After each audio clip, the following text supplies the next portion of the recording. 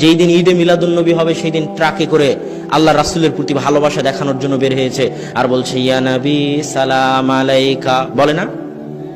অথচ এই বাক্যের মধ্যে যে আল্লাহ রাসূলের অপমান হয় সেটা কিন্তু আমাদের এই ভাই জানে না। আমি তাদেরকে বলতে চাই, হে ভাই, তোমরা যারা ইয়া নবী সালাম আলাইকা পড়ো, তারা একবার আল্লাহ তার রাসূলকে কিভাবে ডেকেছে একবার তো দেখো।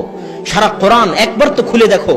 এই সমগ্র কোরআনের প্রথম থেকে নিয়ে শেষ পর্যন্ত আল্লাহ অন্য নবীদেরকে যতবার ডেকেছেন সব নবীকে নাম ধরে ডেকেছেন। ইয়া জাকারিয়া, জাকারিয়ার নাম ধরে ডেকেছেন।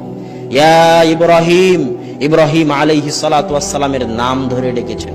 কিন্তু যখন আমাদের নবী মুহাম্মদ সাল্লাল্লাহু আলাইহি ওয়াসাল্লামকে ডেকেছেন তখন বলছেন ইয়া আইয়ুহান নবী কুল্লি আজওয়াজিক, আইয়ুহান নবী। আপনারা তাশাহুদে পড়েন না আইয়ুহান নবী? না তাশাহুদে ইয়া নবী আছে? তাশাহুদে কি আছে? আইয়ুহান নবী আছে।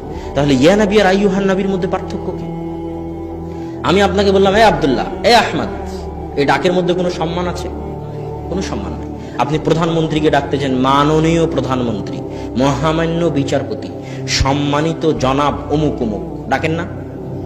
তো আল্লাহ সুবহানাহু ওয়া তাআলা যখন তার নবীকে ডাকতেছে তখন বলতেছে ইয়া আইয়ুহান নবী, হে মাননীয় নবী, হে সম্মানিত নবী, হে মহামান্য নবী, হে সম্মানিত নবী মুহাম্মদ সাল্লাল্লাহু আলাইহি ওয়াসাল্লাম। নামটাও আল্লাহ নেননি, জাস্ট হে সম্মানিত, হে মহামান্য নবী বলে ডেকেছেন।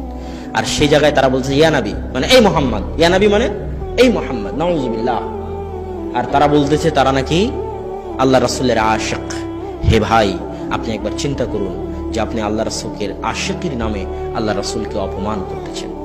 সম্মানিত উপস্থিতি, তাহলে ঈদে মিলাদুন্নবী একটা অনুষ্ঠান, এই অনুষ্ঠানের মধ্যে